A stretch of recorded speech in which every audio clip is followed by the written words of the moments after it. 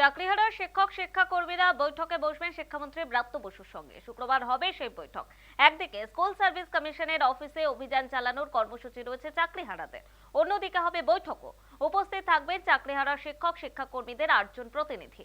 যদিও বিজেপি নেতা দিলীপ ঘোষের বক্তব্য, ব্রাত্য বসুর সঙ্গে চাকরিহারাদের বৈঠকের কোনো গুরুত্ব নেই।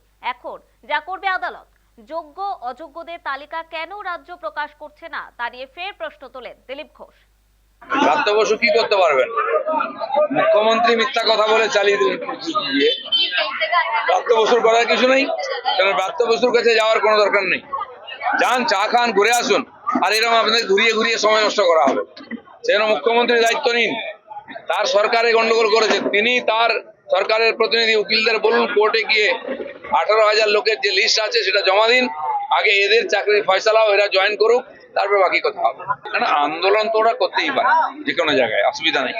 দিল্লিতে করে কি লাভ হবে? দিল্লি সরকার কি গন্ডগোল করেছে এখানকার সরকার টিএমসি পার্টি।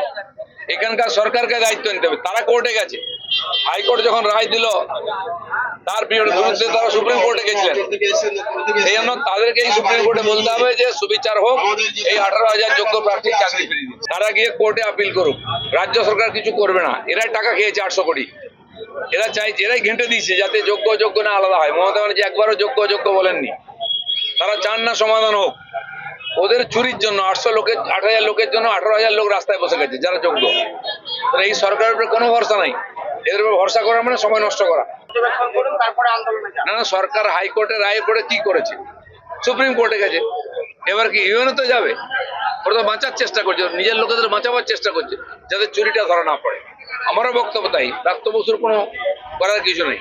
মুখ্যমন্ত্রী দায়িত্ব নিন, মিথ্যা কথা না বলে, প্রতিশ্রুতি না দিয়ে এই 18,000 লোকের চাকরি ফেরত দিন।